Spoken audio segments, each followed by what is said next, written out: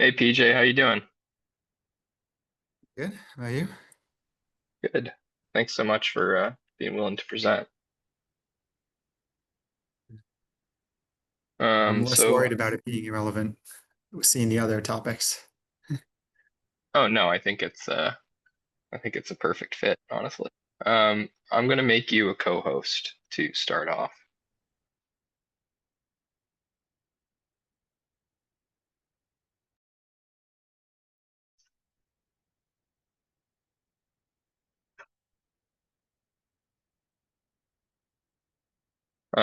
PJ, so Kris is running in from another meeting. Do you have a preference? Do you want to go first or second? Do you particularly care? Probably slightly prefer to go first, but don't Okay, feel strongly. I'll throw you first then.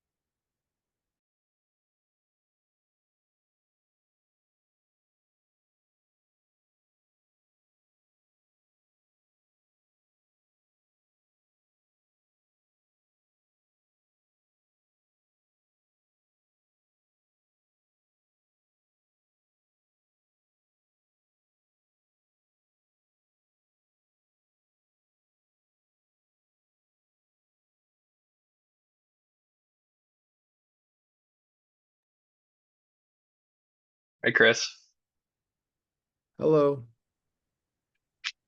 and hi Tess. Hi. Thanks so much for joining us today.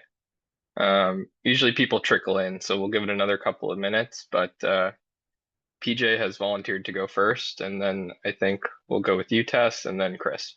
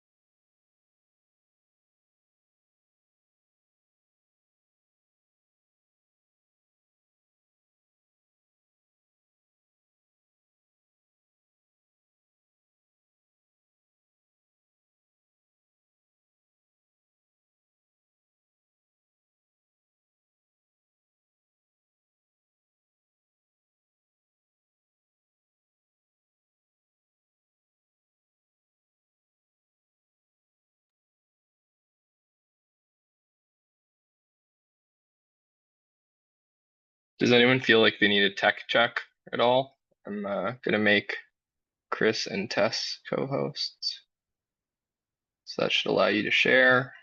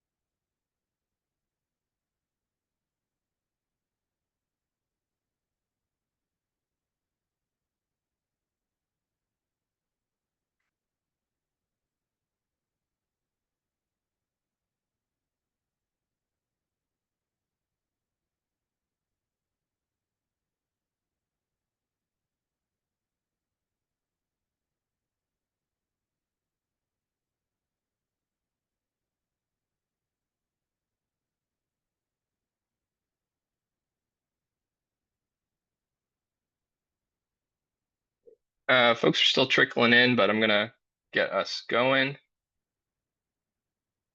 Okay, welcome everyone to the 46th ECS and Cloud Feedback Virtual Symposium. Today we're going to have 3 talks from PJ Tuckman at UChicago, Tess Jacobson at NASA GISS, and Kris Karnauskas at CU Boulder.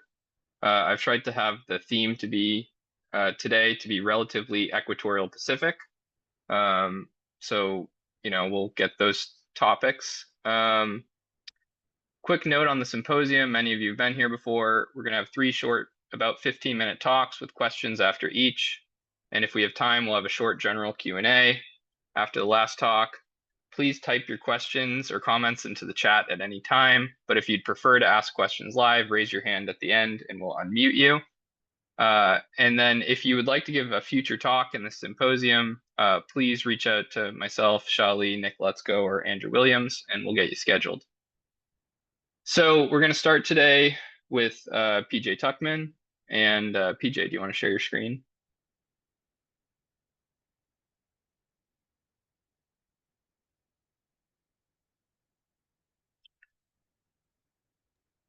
Can everyone see?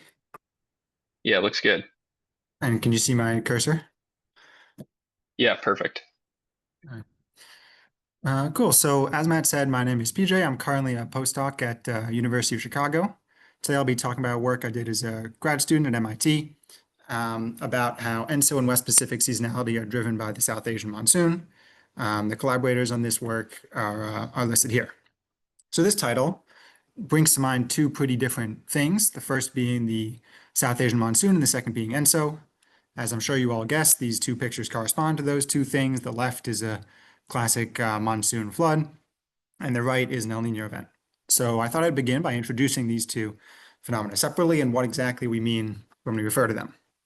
So this is the climatological, that is long-term mean seasonal cycle of precipitation from reanalysis data. And as I'm sure you all know, the biggest feature is the ITCZ, and it moves north and south over the course of the seasonal cycle, farther north in our summer when the sun is in the northern hemisphere, and farther south in our winter. But aside from this north-south movement, there's also a lot of zonal structure going on. It's not just a line that moves up and down.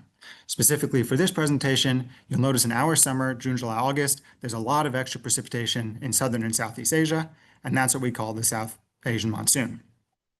Separately from that, if we remove the seasonal cycle from things like sea surface temperature patterns, we can look at SST anomalies, and every few years in the equatorial East Pacific, sea surface temperatures get a lot warmer than usual in what we call an El Nino event.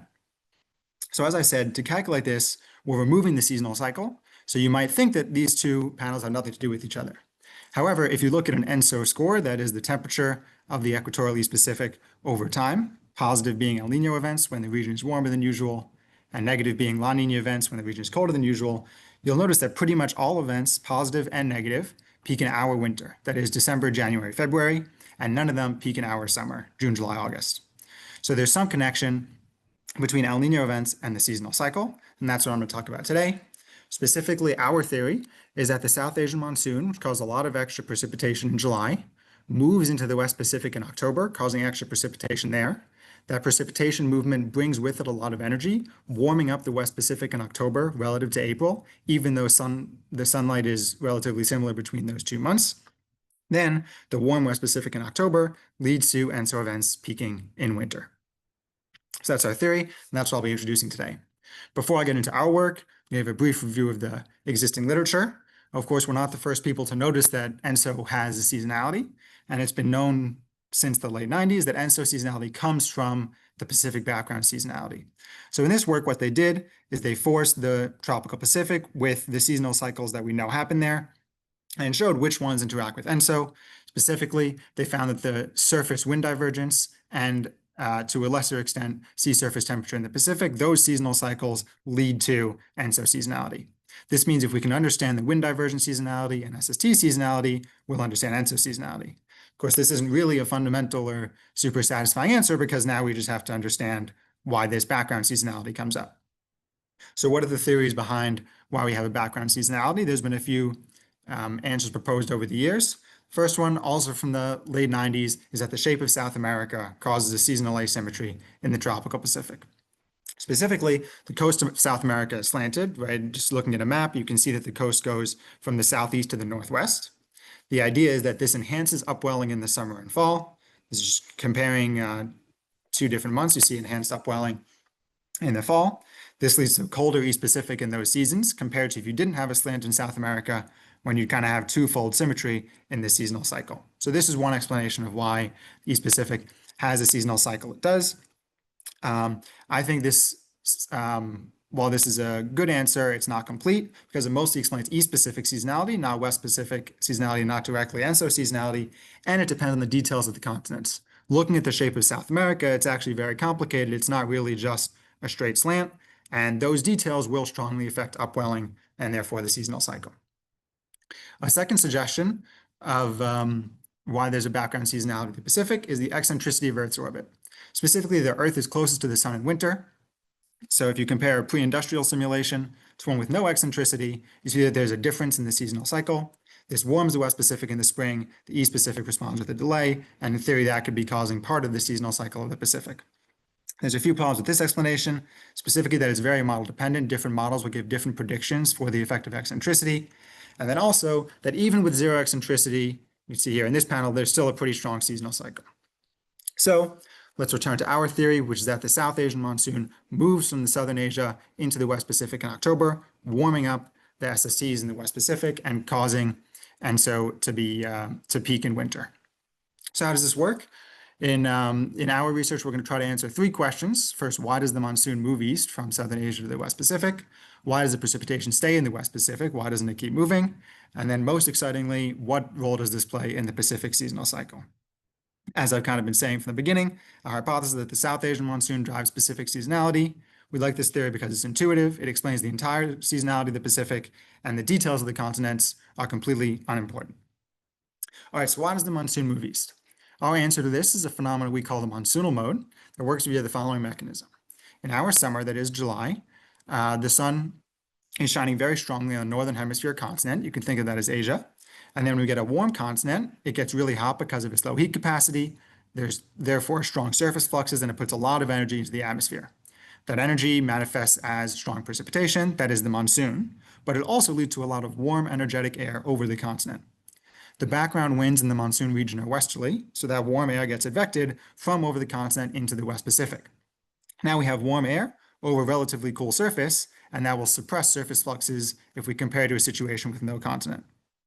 Then, in October, the continent is cooled down to its climatological mean temperature, but the ocean remembers that it was warmed over the last few months, and now we have a warm ocean and relatively cool air, so that will enhance surface fluxes and lead to precipitation in the West Pacific.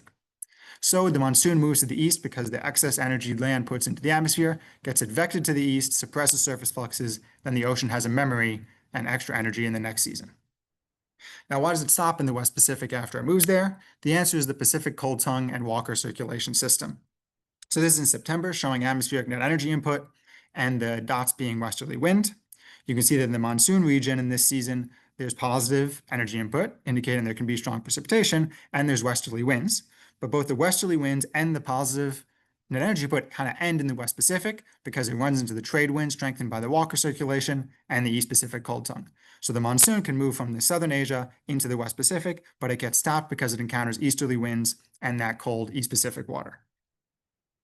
So now that we have the monsoonal mode background, we can get into the real question, which is what is the monsoon's role in the Pacific seasonal cycle? To answer this question, we're going to run simulations. Specifically, we use the MIT GCM. The atmosphere has moist physics, simplified gray radiation scheme, and we have a fully dynamic ocean. We're going to run 2 simulations. One that we call the Aquaplanet has a Pacific basin, but no continents. So effectively symmetry between the northern and southern hemispheres.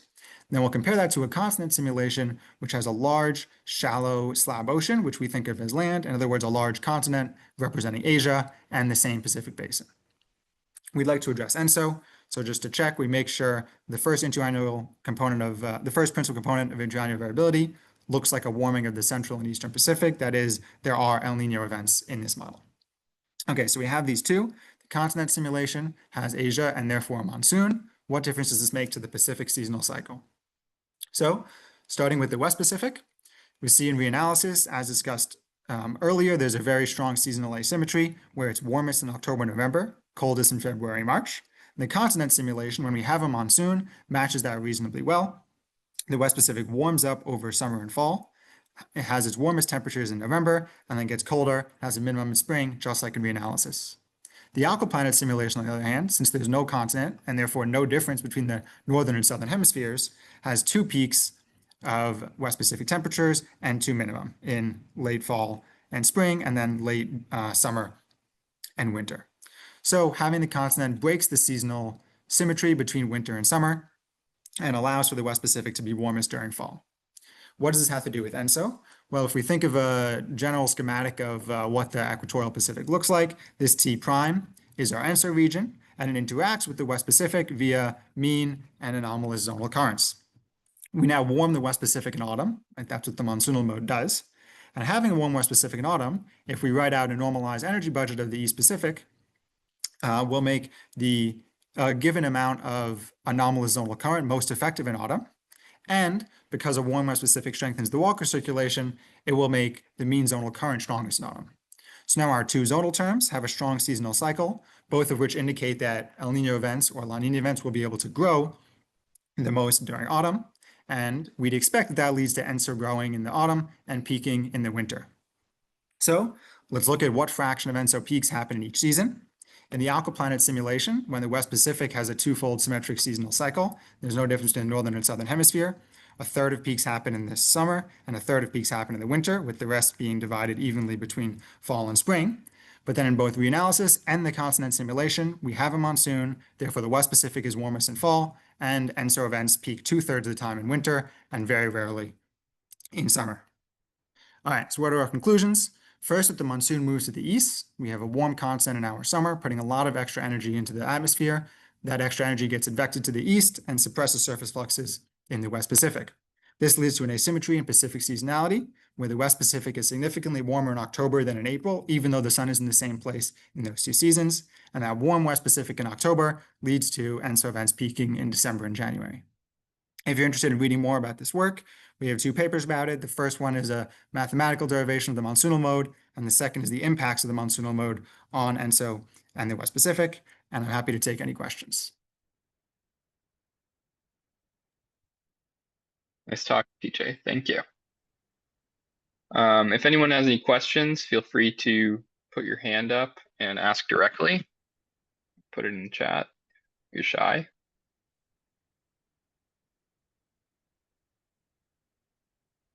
I'll start with a question, PJ.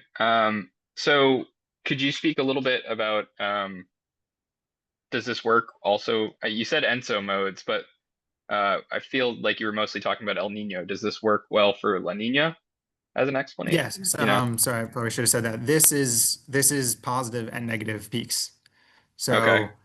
in our budget, this is a linearized budget, so everything applies the same way. If you just flip the sign, anything that basically goes farther away from zero for El Nino will also go farther away from zero for La Nina. So both events tend to peak in, both El Nino and La Nina tend to peak in winter, and this energy budget and this includes both of those.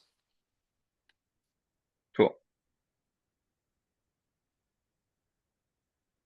Vince, you can just unmute yourself. Thanks, Matt. I don't know what's going on with my fancy new Zoom. Great talk, PJ. I was wondering, a lot of models, certainly not all, but a lot of the CMIP6 models have ENSOs that do peak in the boreal winter, I guess.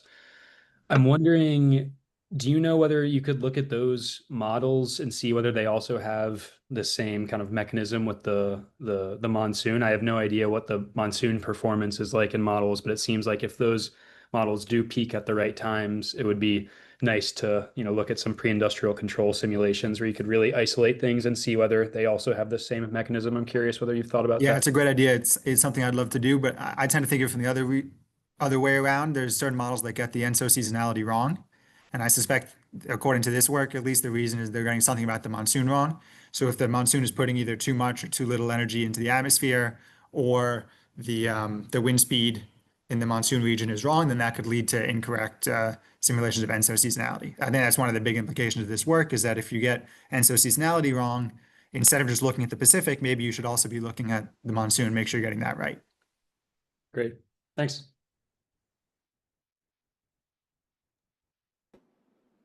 Can I ask a quick one? Please. In this top illustration where the warm air is flowing from the continent to the ocean, is that like the background flow, or is that a monsoon-induced perturbation to whatever the climatological zonal flow is? If you look at the actual winds in that season, they are westerly.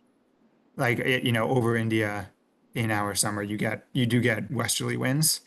In theory, this diagram is meant to be an anomaly between the aquaplanet simulation and the continent simulation, so it's really the effect of the continent.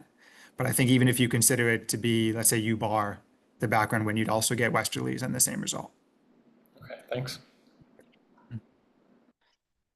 And then we have a question from Steve Klein in the chat. For TJ, this is a basic question. How can the aquaplanet have ENSO? What forces a maximum of SST variability at 270 east in the model? Yeah, I don't have my schematic on ENSO here, which I have in longer talks, but basically the idea is that the Bjerknes feedback still applies the same way. The confusion might be, even though we call it an aquaplanet, we have a fully active ocean. So still, if you warm up the East Pacific a little bit, that will weaken the Walker circulation, weaken the trade winds, further warming the East Pacific, et cetera, a positive feedback loop leading to an El Nino event. Or the opposite can happen, where if you warm the West Pacific, the Walker circulation will get stronger, the trade winds will get stronger, and the East Pacific will get colder. So the Bjerknes feedback, the interaction between the Walker circulation and the zonal temperature gradient across the Pacific still applies, even in our very simplified model. It is worth noting that it took some work to get it. We had to significantly increase the ocean resolution, change the mixing scheme to get the ENSO events right, but they do seem to look like El Nino events. Awesome. Thanks for the nice talk, PJ. So let's move on to our next talk. If anyone has further questions for PJ, please put them in the chat. But Tess, do you want to unmute and start going? Yes, thank you so much.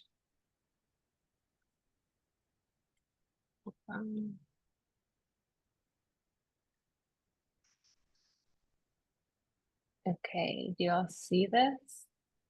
Yeah, looks good. Awesome. Okay, awesome. Thanks so much for having me here. And thanks to everyone for being here. I'm Tess Jacobson. I'm currently a postdoc at NASA GISS, but I'm going to be talking about some work that I did with my PhD advisor, Richard Seeger, on Pacific decadal variability and its hydroclimate teleconnections and CMIP6 models. And so this work just recently came out in Journal of Climate, so I encourage you to check out the paper if you want to. Okay, so as you probably know, the Pacific Ocean is a major driver of hydroclimate variability in Western North America. The sea surface temperature anomalies in the tropical Pacific, like those associated with El Nino, can set off zones of anomalous convection, which trigger Rossby waves of alternating high and low pressure in the atmosphere that spread to the mid-latitudes.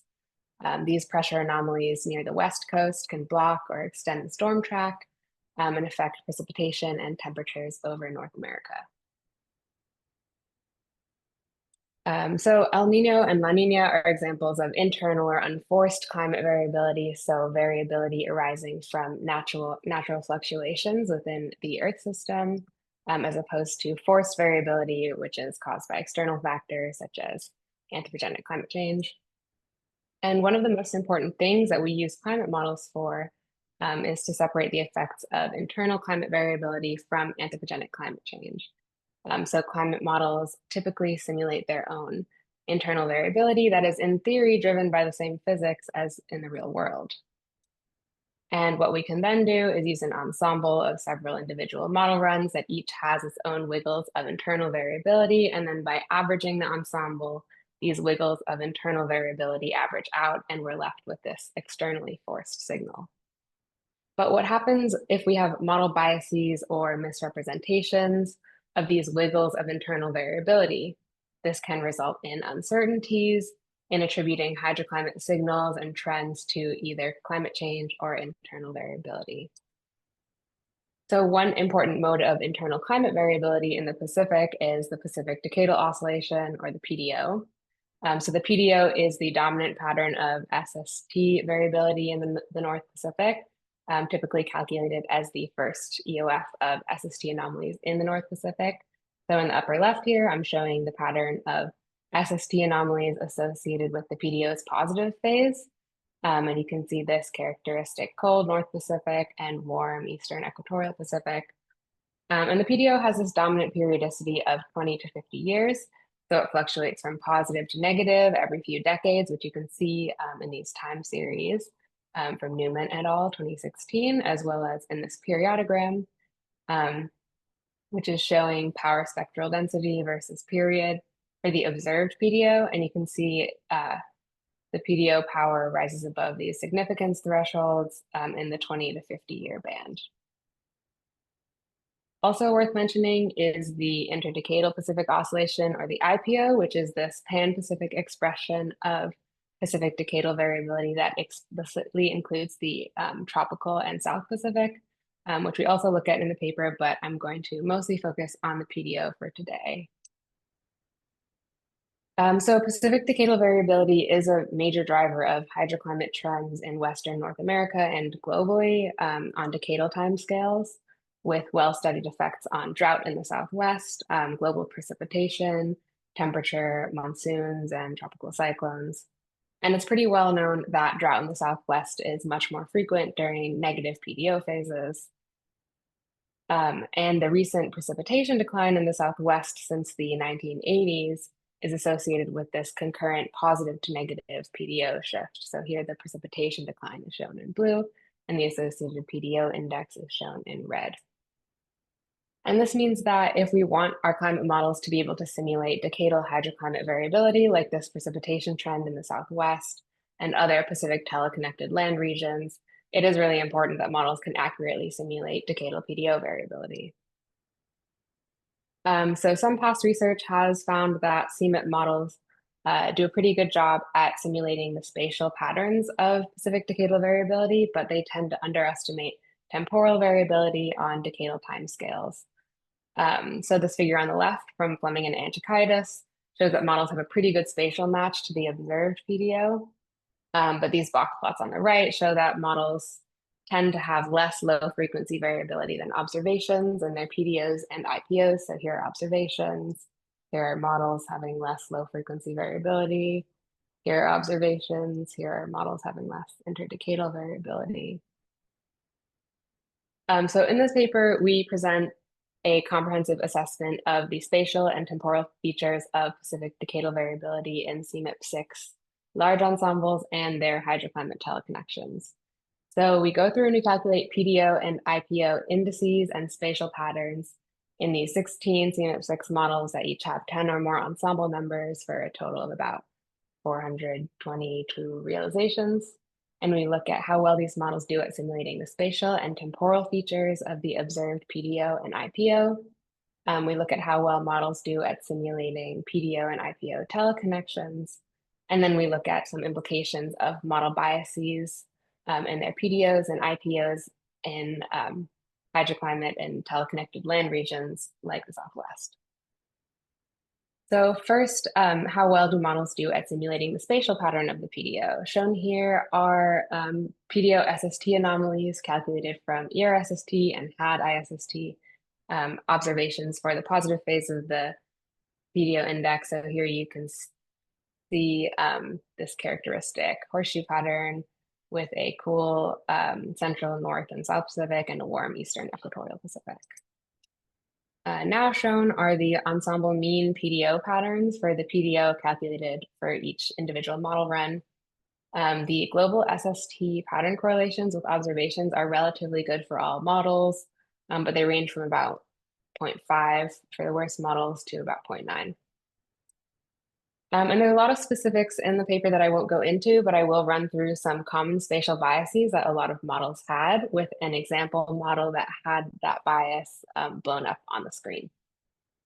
So one common bias is that in most of these models and model runs, the PDO amplitude in the North Pacific is too strong and the amplitude in the tropical Pacific is too weak. So in these scatter plots. On this one, I'm showing North Pacific amplitude versus Equatorial Pacific amplitude. The big colored X's are model ensemble means, and the little X's are individual ensemble members. The black cross and star are observations, and then the marginal axes show the KDEs of the models. So for most models, we have too much going on in the North Pacific compared to the tropical Pacific. And here's an illustration of that in NORCPM compared to the observations. Another common bias is that the west to east equatorial Pacific gradient is too weak in most model PDOs, with eastern equatorial Pacific warming either too weak or extending too far west. And you can see that comparing CAN ESM5 to the observations in the tropics. And here's the equatorial west-east gradient.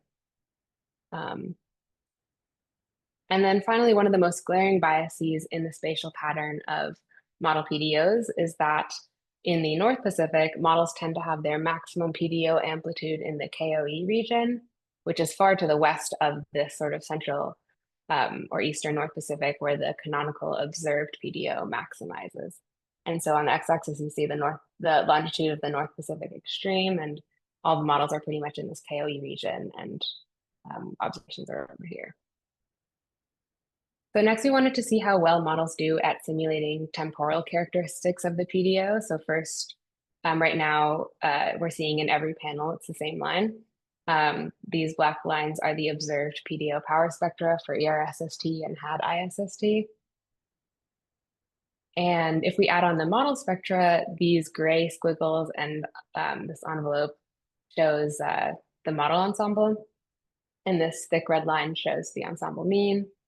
And what we see for pretty much every model, but I've blown up one model, is that all models have too little temporal variability in this decadal 20 to 50 year band. So the black observed spectra are above the model ensemble. Okay, next I wanted to talk super briefly about model PDO teleconnections to hydroclimate over land. So we looked at both precipitation and vapor pressure deficit. So here I'm showing circulation at 300 hectopascal in the contours, precipitation over land, and SST anomalies associated with the positive phase of the PDO in boreal winter. And this is the multi-model mean on the left and observations on the right. And there's a few interesting things here, but most importantly, models capture this PNA, characteristic PNA pattern quite well as like most of the precipitation and BPD teleconnections in the multi-model mean. I don't find this super surprising. I think we would have a big problem if these multi-model mean circulation patterns looked super different from observations. But I will point out that not every individual model was good at simulating the teleconnection between the PDO and hydroclimate in Western North America. And the accuracy of this teleconnection really depends on how well the model does at simulating the correct longitude of this associated Aleutian low pressure anomaly. So longitudinal biases in this Aleutian low amplification can drive biases in the precip teleconnections in Western North America. And we can see this comparing the CNRM ESM2 model, which simulates an unrealistic drying of the Western US in response to positive PDOs. And it has this sort of westward shifted Aleutian low, to a model like CESM that has the correct sign of precipitation in the Western US and a more correctly placed Aleutian low. Overall, we found this pretty robust relationship between how well individual model runs simulated the PDO SST pattern. So that's this pattern correlation on the x-axis, with how well they simulate PDO precipitation teleconnections. So models with more accurate PDOs had more accurate PDO precipitation teleconnections. So finally, I want to talk about one implication of model biases in the PDO when it comes to trying to diagnose causes of hydroclimate trends in the Southwest. So here I'm showing observed 30-year trends in the PDO index on the x-axis versus water year precipitation trends in the Southwest on the y-axis, with the distributions of the trends on the marginal axes. When we add the CMIP6 model trends here in green, we see that models have this fundamentally different distribution of 30-year trends in both precipitation and the PDO. where the model trends are normally distributed and the observations are more bimodal and broad, which is consistent with what we found for the PDO power spectra, where models don't have enough of this low frequency decadal variability. We also see that during the most extreme drying and wetting periods in observations, like 1982 to 2011, when Southwest precip declined by about 30%, and this coincides with the most negative PDO trend of about 2 sigma. Models are virtually unable to simulate these extremely dry trends. They also struggle to simulate the wettest observed trends, like this 1954 to 1983 trend.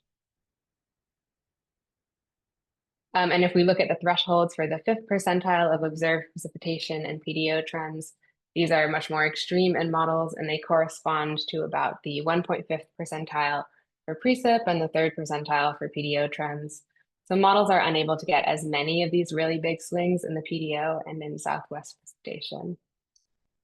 And this suggests that one major consequence of models underestimating decadal variability in the Pacific is a possibly associated underestimation of decadal hydroclimate variability in the Southwest, as well as a possible underestimation of the uncertainty attributed to internal variability. And just to summarize, here we present what is, to our knowledge, the most comprehensive assessment of spatial and temporal features of Pacific decadal variability in these 16 CMIP6 large ensembles and their hydroclimate teleconnections. We find that all models are able to recreate a PDO-like mode of variability as their first EOF of North Pacific SST anomalies, with some common spatial biases. We find that all models underestimate decadal power in their PDOs and IPOs. In terms of hydroclimate teleconnections, we find that the multi-model means does a good job at simulating the observed relationships between PDV and precipitation and circulation and VPD. But models struggle to simulate these extreme 30-year precipitation trends in the Southwest of the same magnitude as observations, possibly due to this underestimation of decadal variability in the Pacific. And finally, I would encourage, if you're interested in our results for a specific model, to check out the paper recently out in Journal Climate.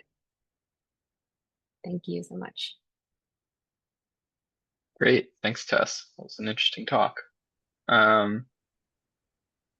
If anyone has any questions, please feel free to, yeah, because it seems like none of us can find the raise your hand thing. So I see PJ's raising his hand if you want to ask a question. Yeah, I had a question about the spatial pattern figure you showed and the relationship with your final precipitation conclusion.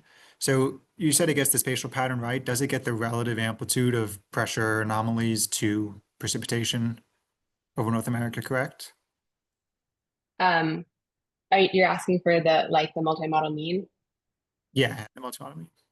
Yeah, so typically we find that the amplitude of this sort of circulation teleconnection is too weak in the winter hemisphere. And so the circulation teleconnections are a little weaker, if I recall correctly. But they get the relationship between like a given circulation anomaly and a given precipitation anomaly over Western North America, like correctly. So if you have Karsten, do you want to unmute yourself? If I may, yeah, it seems the connection is a bit unstable, but I hope it works. And I haven't listened to all of it. I missed the first couple minutes, so maybe you've said something about it. There was this paper by Kuo et al. About the Southwest drought trend in July in Nature Geoscience, I believe. And so they were arguing that the aerosols played a role. So that gives some extra decadal variability, given that it's not very homogeneous in time. Is that maybe something which relates to the problem? Yeah, I think that the aerosol question is really interesting. There's also a recent paper by Clavins et al. Sort of arguing that the recent trend in the PDO since the 1950s is forced and is part of this signal to noise paradox, and that might have something to do with aerosols. So yeah, I think that's totally very, very possible that aerosols are sort of forcing a PDO-like or amplification of internal variability in the PDO. Yeah. And maybe quick follow-up, because that, if I understood it correctly, is until 2013. Do the remaining 12 years since that help us in any way, shape, or form to learn more? That's a good question. The reason we go to 2013 is because we're using just the historical simulations. So I'm not totally sure. But we haven't that trend from 1984 to 2013 is the strongest trend, including if you extend observations back all the way to the present. So yeah, maybe is my answer. Cool. So in the interest of time, we are going to move on to the last talk. But Alex, if you want to put your question in the chat. Tess, I think there's one from Eric for you as well. And PJ, I think there's actually 2 questions for you in the chat as well, if we want to check those out. But let's move on to our third speaker. We have Kris Karnauskas. Thanks. All right. I'll share my screen. Can you tell me if you see it in full screen? Yeah, that looks great. What about now? Did it go presenter view? No, still looks good. Okay, cool. All right. Well, thank you for inviting me. I actually didn't even know about this, and I'm not sure how, but I really enjoyed the first 2 talks, and I'm looking forward to hopefully catching more of these virtual symposia. So thanks a lot. And Matt mentioned that he wanted this to be kind of a equatorial Pacific dynamics focus theme today. And it's funny though, because really it was climate sensitivity in the tropical Pacific response to radiative forcing that is exactly why I became interested in this problem of the mean upwelling that I'm going to talk about in the first place. And it's still what I'm thinking about in terms of implications. Turned out to be an interesting physical oceanography problem by itself. And what I mean by that is, when I started my career and I was a postdoc, I got kind of enthralled in this problem pretty quickly. I was at Lamont working with some of the collaborators of Tess that was just presented. And, the problem kind of comes down to the mean state and how it changes. And, is it going to, obviously ENSO is, we all know, a imperfect analogy for the future, but it's useful anyways. And so like the question is, what is it going to look like at the end of this century or in response to radiative forcing? Would it look less like a zonal SST gradient that we have today or more of it? And there's really big implications of this that in longer talks, I spend a few slides on this, and obviously for this audience, that's not necessary, but I will, point out that, it's clearly relevant to the pattern effect, which is kind of a way of looking at the equilibrium climate sensitivity problem that this group is interested in. It's also relevant to the forcing itself, with the East Pacific being the biggest source of oceanic source of CO2 to the atmosphere. And I'm quoting Maria Rugenstein, who I believe is on the call today here, but a degree of warming spread out evenly will cause different radiative response than if it's concentrated in a climate sweet spot.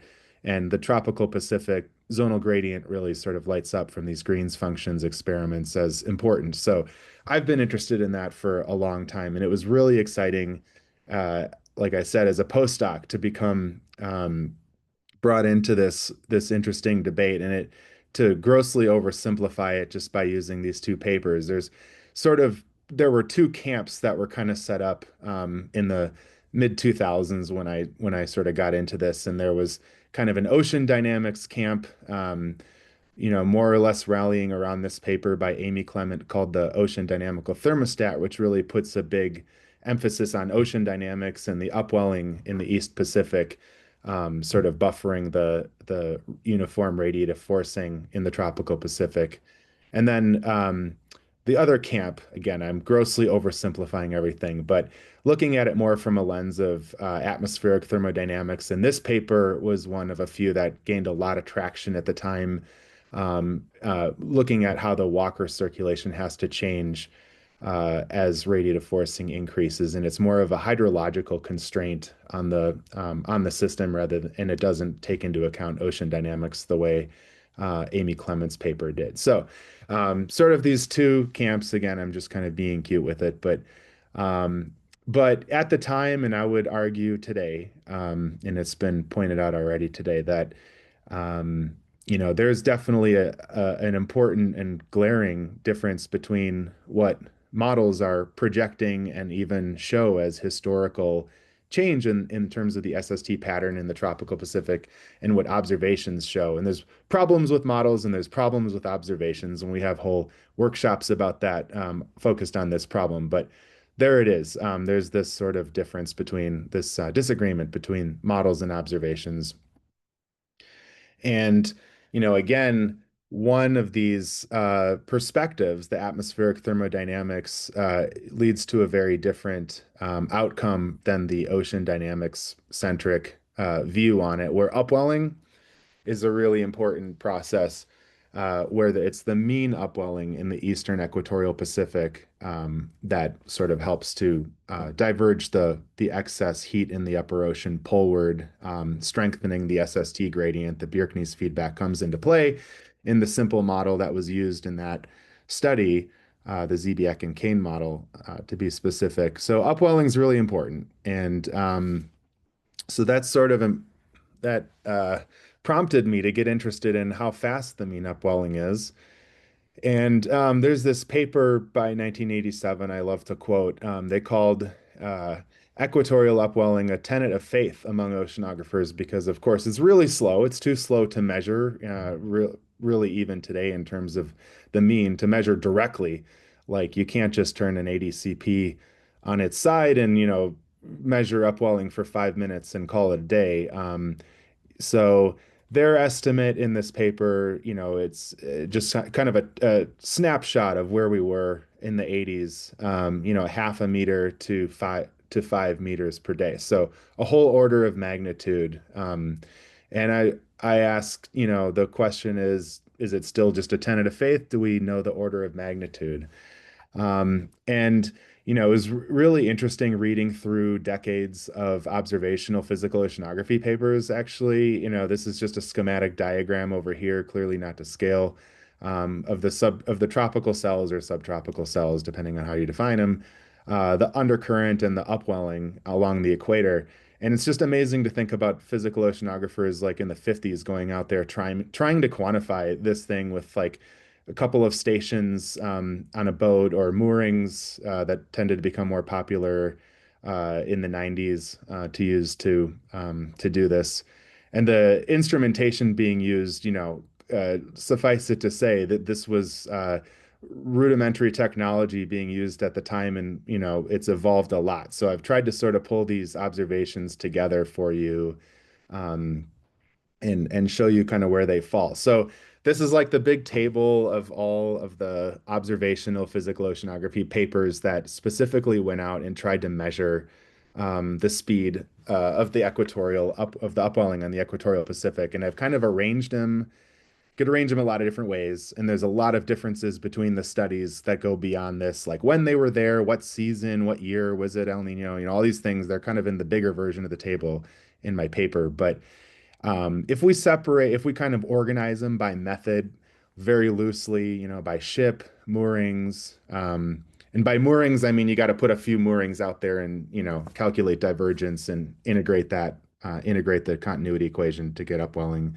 Box models that are informed by observations like the famous Vertkey 81, drifters, and some other kind of one-off means of estimating it. This is the estimated vertical velocity on the equator by all of these studies. And so the y-axis is the velocity meters per day, and I've just kind of organized them on the x-axis by this methodology. I found it much more insightful to plot the estimate as a function of kind of the spatial sampling. So I'm going to call it like delta latitude. That's going to be the new x-axis here, delta latitude. So for example, if you go out in the equatorial Pacific and place a mooring at 1 degree north, and 1 degree south, that delta latitude is 2. Okay. So that would be, if that was the methodology, it would be that. If it was ship surveys, it would be like the nearest 2 points to the equator, and so on. And if we organize them that way, we end up seeing a kind of, in hindsight, a predictable relationship, because it's just saying that the closer you were to the equator, so for example, as you go down towards 0 on the x-axis, that means you were measuring the poleward velocity, the divergence. Closer and closer to the equator, you ended up with a larger, on average, even with the differences between all of these studies, you end up with a systematically larger estimate. And if you were like 5 north and 5 south, so a 10-degree distance between your sampling, you had a very small estimated upwelling, which maybe is obvious, because if you think about it, the way almost every estimate does this is they somehow use the continuity equation, rearrange it for dw, dz, and vertically integrate. And so dy is right there in the continuity equation, right? So dy is essentially that x-axis that I plotted all those observations against. And so it's kind of like this. Like if you look over at my cartoon moorings, well, it will depend on where your sampling is, how far off the equator it is, even if the upwelling itself is the same. As long as the upwelling is narrow enough to be in between your sampling either way, you're just kind of rescaling the estimate with dy. That's kind of the takeaway I got from the scatter plot. You can kind of hammer that point home a little bit more by okay, so what I'm going to do now is I'm not going to fit a curve to all of these lines. I'm not doing that. What I'm going to do is define a parameter for any one of these points you like, which is its W times its delta phi. And then what we can do is try to predict all of the other values with that one. So for example, Klaus Vertkey in his famous 81 paper, the estimate was 1 meter per day, and that box model had like a latitudinal context of 2 north to 2 south, and that's where that data point falls. So what you can do is try to predict all of the other data points on the plot just with that one, simply by rescaling the dy, the appropriate dy to that study, to all the other possible dys or delta latitudes. And it does a pretty good job. Even with the extremes, you can see that it gets this really high one and this really low one. You could pick an extreme and do the same exercise, and you see that it not only goes kind of through the heart of the order over here, but it even predicts the other extreme. So it kind of says, well, maybe the actual equatorial upwelling is pretty high. We're just not, the really old historical studies didn't get close enough to the equator to, get a small enough dy, but the transport was about right. So how can we tell the difference? So I did a little analysis. This is essentially the problem.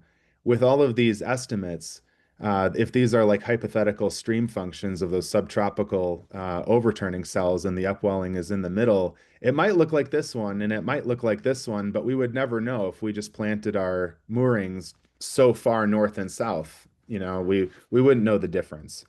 So that was sort of what I tried to do with these the NOAA Global Drifter Program. So the drifters, just millions and millions of observations. I won't go through the methodology too much right now because I'm almost out of time already, but this is the coverage within of points over this time period since 1979. If I zoom into a smaller box, I'm just trying to impress you that there's a lot of data, a lot of sampling with this NOAA Global Drifter data set. So now we're in a tiny, tiny 1 degree by 1 degree box, and it's still totally covered by points. Yes, they're in different decades, they're in different seasons, they're in different times of the day, all of these observations, but there's a lot of them.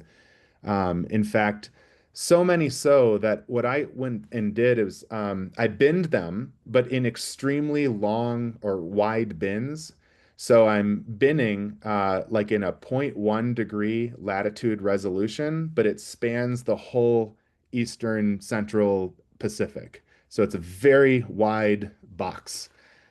And so in each of those, there's at least several thousand observations per one of these 0.1 degree bins. And then this is the result. So this is the poleward, or this is the poleward velocity. This is the meridional velocity bin averaged.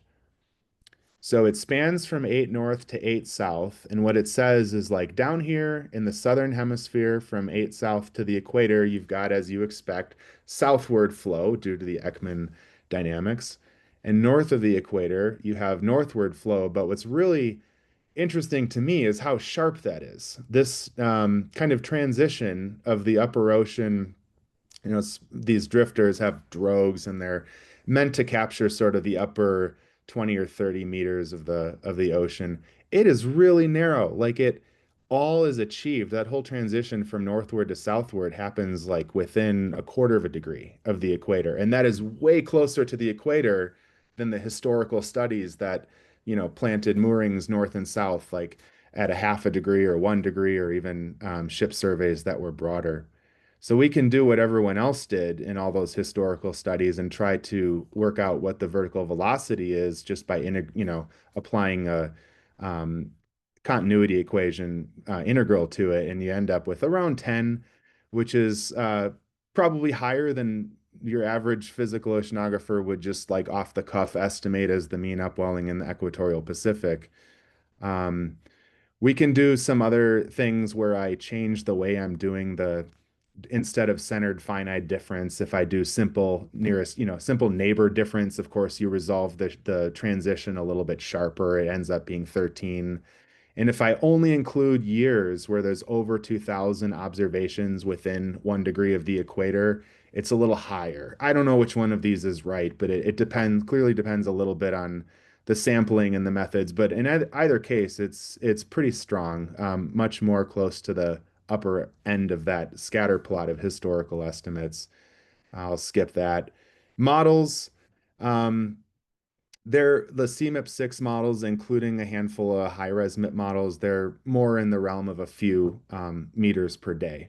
So if this is actually a good benchmark, then it would say that they're a little bit weak. And if I do a scatter plot of model resolution, CMIP6 model resolution versus vertical velocity, it does have a relationship.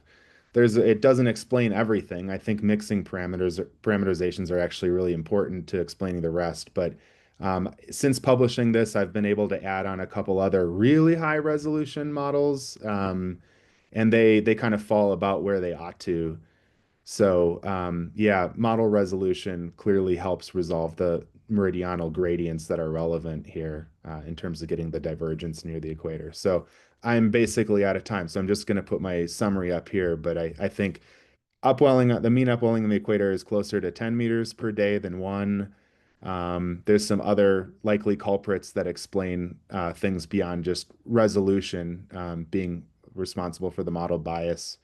And I think that coming back to my motivation for this, I think it has implications, because if the preponderance of CMIP 3, 5, and 6 models are going with an enhanced warming in the Eastern Equatorial Pacific, it's possible they don't have enough of an engine for the ocean dynamical thermostat in the first place, since that is the upwelling.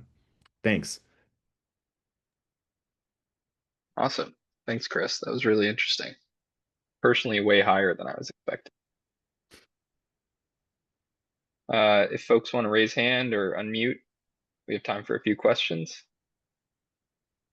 Looks like PJ is raising his hand. Question. So you talked just about the meridional divergence. Does the zonal current not play a role? It does. I didn't calculate that with these data because just sort of the geometry of it all may, well, anyway, if you use something like a reanalysis, like Glory's, the high resolution one, you can see how much of the zonal divergence term is responsible for the upwelling, and it's not nothing, but it's not like half. It's around 10%. So it's important to get that right. I just don't have a reason to believe the models are going to be like systematically poor at resolving the zonal convergence compared to the meridional convergence.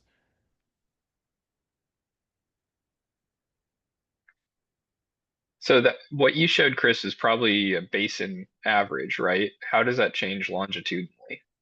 Yeah, good question. I skipped it. So what I'm doing is I'm using this blue domain Okay, here, that plotted area. all whatever millions of the, drifter observations. So it represents the upwelling in this area, which is kind of more or less where the upwelling happens. But actually, one of the reviewers of the Journal of Climate papers asked that exact question. How does that play out longitudinally, and does it make any sense? So what I did was I subsampled it into 20-degree wide bins instead of the whole width all at once. And this is how that looks. So this was the full value. And then this is like the zonal structure of upwelling computed this way. And it kind of makes sense. It peaks about, sorry, I think in degrees east, and not everyone likes that, but yeah. So this is about what you would expect. If you compare it to like the strength of the easterly wind stress, it maps onto this really well. Or if you just calculate upwelling in a reanalysis, it does taper off as you approach the Galapagos Islands in the east. Awesome. Any final questions? We're right up against the hour. Okay. All right. Well, thanks again to our speakers, PJ, Tess, and Kris. I thought those were 3 excellent talks. So I appreciate all of the speakers for taking their time and sharing their work. We will be back with you next month, date TBD. But yeah, thanks so much for joining and look forward to seeing you then. Take care. Bye.